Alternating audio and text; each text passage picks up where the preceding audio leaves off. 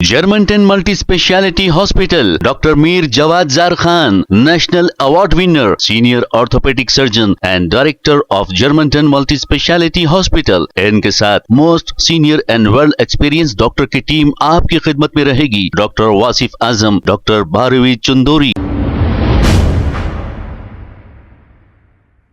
अस्सलाम वालेकुम नाज़रीन, 7H न्यूज सच को रखे आपके आगे।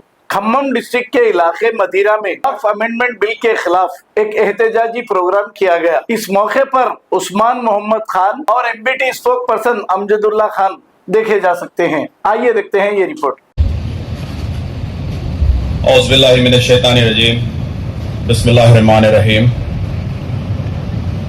आज इस खूबसूरत मंच पर तशरीफ फरमा डॉक्टर राम भुयानी साहब, जो इस उम्र में भी हिंदुस्तान के हिंदू मुस्लिम को हकीकत बताते हैं और एकजुटता के लिए काम करते हैं, आपको हमारी तरफ से सलाम। और मौलाना नदवी साहब, जो रामपुर के एमपी है, आप जेपीसी के मेंबर भी रह चुके हैं।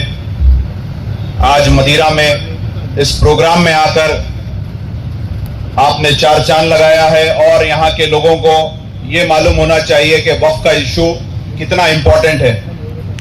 हफीजुर रहमान साहब, जो जेएनयू के प्रोफेसर है, सुधाकर राव साहब, सीपीएम, मौलाना सैयद साहब, मौलाना जलील साहब, तारिक अंसारी साहब, जो इस तेलंगाना स्टेट कमीशन के चेयरमैन हैं, और जनाब अमजदुल्ला खान साहब, तर्जुमान एमबीटी। और अमजदुल्ला खान साहब की खुसूसियात ये है कि जहां जरूरत पहुंचती है तो सबसे पहले मेडिसिन अमजदुल्ला खान ही लेके जाते हैं। कोई भी चीज का अगर मसला होता है तेलंगाना में, चाहे मसाजिदों का मसला हो या बीमार का मसला हो, कोई भी चीज का मसला हो, सबसे पहले अगर कोई हाजिर रहते हैं तो अमजदुल्ला खान साहब। अल्लाह उनको बहुत जल्द नवाजेगा और बहुत अच्छे मुकाम पर नवाजेगा। आज भी स्पोक पर्सन रह के एमबीटी पार्टी के वो पूरे तेलंगाना को हराए हुए हैं।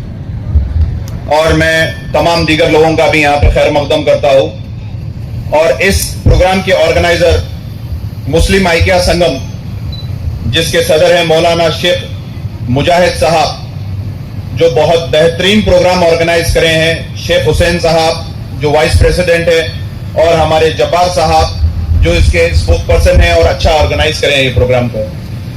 देखिए, सबने तो अपनी अपनी बात कर दी और कुछ बचा नहीं बात करने के लिए।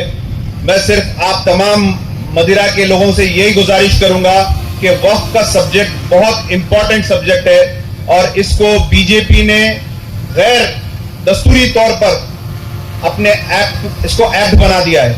और मैं सलाम करता हूं 232 एमपीज को, जो रात के 3 बजे तक रुककर इस बिल की मुखालिफत करें, जिसमें हमारे नदवी साहब भी हैं और आपकी पार्टी के सदर का भी हम शुक्रिया अदा करते हैं। और तमाम लोग जो इस बिल की मुखालिफत करें, इनको मालूम है कि हिंदुस्तान को तोड़ने का बिल है, मुसलमानों को परेशान करने का बिल है, मुसलमानों के जायदादों को खींचने का बिल है, मुसलमानों की मैशियत को खराब करने का बिल है। देखिए, कुछ लोग समझ रहे हैं कि वक्फ से हमारा क्या ताल्लुक है, ना हम वक्फ के किराएदार हैं, ना वक्फ की हमको जमीन मिली है। तो मैं आप तमाम को यही बोलूंगा कि आप जहां पे भी बैठ रहे हैं, कोई होटल में बैठ रहे हैं, कोई चबूतरे पे बैठ रहे हैं, कोई दावत में बैठ रहे हैं, कोई किसी से मुलाकात कर रहे हैं, तो वक्फ के ताल्लुक से डिस्कस करिए। ये आपका खुद का इशू है। जिस मसाजिद में आप नमाज पढ़ते हैं, वो इमाम मदरसे से आते हैं, वो वक्फ का, वो मसाजिद वक्फ की। जो उलमाओं को आप सुनते हैं, वो उलमाए भी मदरसों से आते हैं, मसाजिदों से आते हैं, वो भी वक्फ के। जिसमें आपके आबो अजदाद मफहूम है कब्रिस्तानों में, वो भी वक्फ से आता है। आपको भी उसी कब्रिस्तान में जाना है जो वक्फ का है। जिस इंस्टीट्यूट से आप फैज पा रहे हैं, कई इंस्टीट्यूट से, वो भी वक्फ के हैं। तो ऐसे वक्फ के कई चीजें हैं जिसको हम डिनाई नहीं कर सकते हैं। कई जमीनात हैं, कई मदरसे हैं जो वक्फ के हैं, जिसको हम डिनाई नहीं कर सकते। तो वक्फ हमारा खुद का मसला है। अब अगर आप वक्फ के मामले में खामोश बैठेंगे, देखिए आपकी खुद की जमीन को खींचा जा रहा है एक दस्तूर की खिलाफ वर्जी करते हुए। दस्तूर हमको बराबर रहने का हक देता है, दस्तूर हमको साथ चलने का हक देता है, दस्तूर हमको अपनी आवाज बुलंद करने का हक देता है, दस्तूर हमको एहतजाज करने का हक देता है। आज मोदी गवर्नमेंट हमारे साथ हर वो चीज कर रही है जो हमको नाकबूल है। जैसा कि आपको मालूम है, ट्रिपल तलाक का बिल हम पे ला दिया गया है। आज बताइए कौन सा मुसलमान जाकर मोदी को बोला कि भाई आप ये वक्फ का बिल लाओ। वक्फ एक इस्लामिक प्रैक्टिस है जिसमें मंशा वक्फ के तहत आपका काम होता है। जैसा कि किसी ने अपनी एक प्रॉपर्टी दिया और बोला कि ये स्कूल में इसका सिर्फ कूलर लगना है तो कूलर लगना है, किताब देना है तो किताब देना है, चद्दर और गुल चढ़ना है तो चद्दर और गुल चढ़ना है। अब मोदी साहब क्या करेंगे जब ये वक्फ के जायदादों को ले लेंगे? और आर्कोलॉजी में हमारी जो वक्फ के जायदादें हैं उस जायदादों को अभी इमीडिएटली इस एक्ट के हिसाब से डायरेक्ट गवर्नमेंट के अंडर में ले लिया गया है। जैसा कि हैदराबाद और तेलंगाना की सबसे बड़ी मस्जिद है मक्का मस्जिद, वो आर्कोलॉजी सर्वे ऑफ इंडिया में आती है।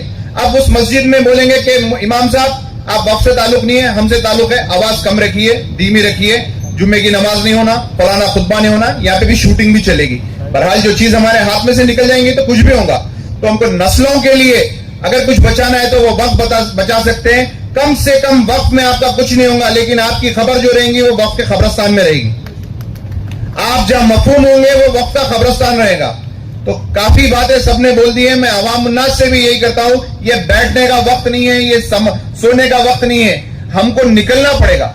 जब तक हम नहीं निकलेंगे, जब तक हम अपने हक के लिए नहीं लड़ेंगे तो ये बिल वापस नहीं होगा। 11 साल के दौरे इख्तियार में मोदी के अब तक 100 बिल आए, कोई बिल वापस नहीं किया सिवाय किसानों के बिल के। डेली प्रोटेस्ट करेंगे तो बराबर ये बिल वापस होगा।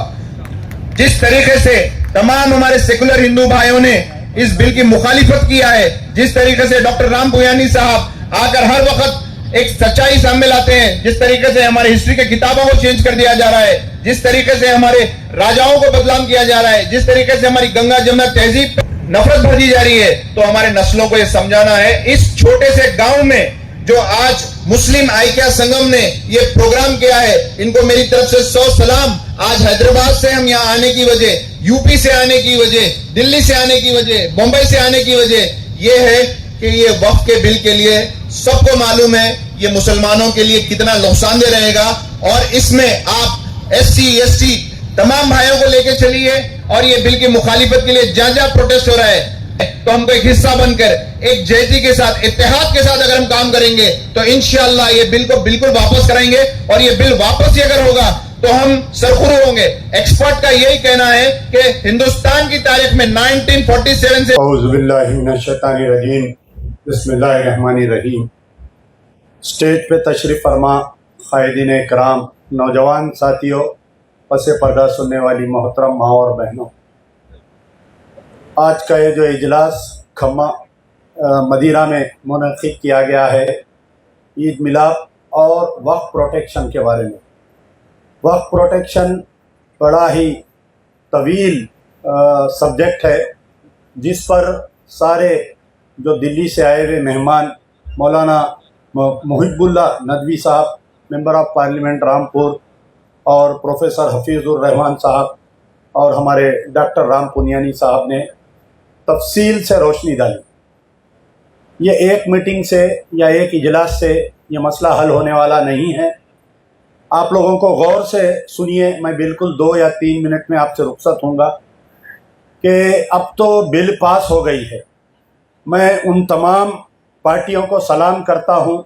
मैं समझता हूँ कि हिंदुस्तान की आज़ादी के बाद से पहली मर्तबा ऐसा हुआ है कि किसी एक मुस्लिम इशू पर नॉन मुस्लिम पार्टीज और नॉन मुस्लिम MPs रात के 3 बजे तक पार्लियामेंट में बहस करते रहे।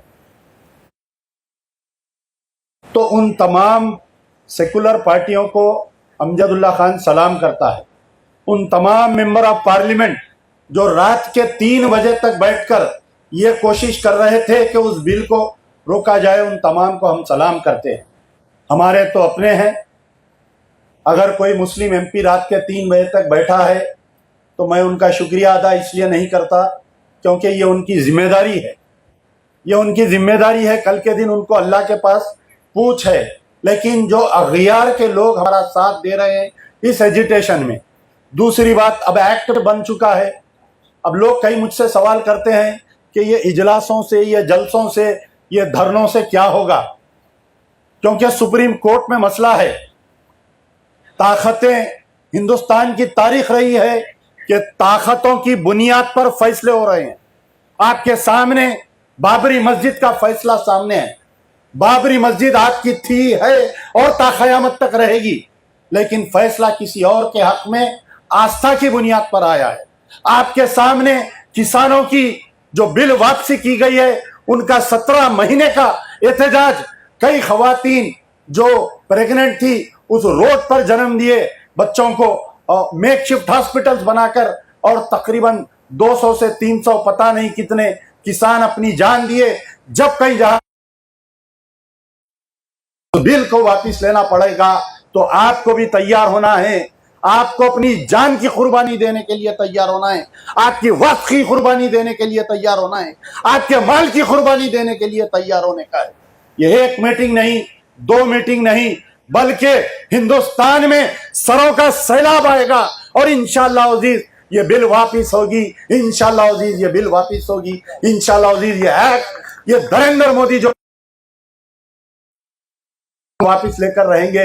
यार जिंदा सोबत बाकी। Germantown Multi Speciality Hospital, Dr. Mir Jawad Zar Khan, National Award winner, Senior Orthopedic Surgeon and Director of Germantown Multi Speciality Hospital। इनके साथ most senior and world experience doctor की टीम आपकी खिदमत में रहेगी। Doctor Wasif Azam, doctor Bharvi Chandori, senior cardiologist और दीगर specialist doctor की टीम खिदमत अंजाम दे रही है। Robotic surgery, advance cath lab, MRI, operation theatre, ICU, 2D ultrasound and pathological laboratory की 24 घंटे इमरजेंसी सर्विस के साथ अपने तमाम अमराज का मुकम्मल इलाज करवाइए। Germanton multi speciality hospital, opposite to pillar number 150, Attapur, Hyderabad. खबर है शहर की, खबर है गाँव की, खबर है सारी दुनिया की। 7H न्यूज पसंद आए तो लाइक कीजिए, शेयर कीजिए और सब्सक्राइब करना ना भूले। 7H news.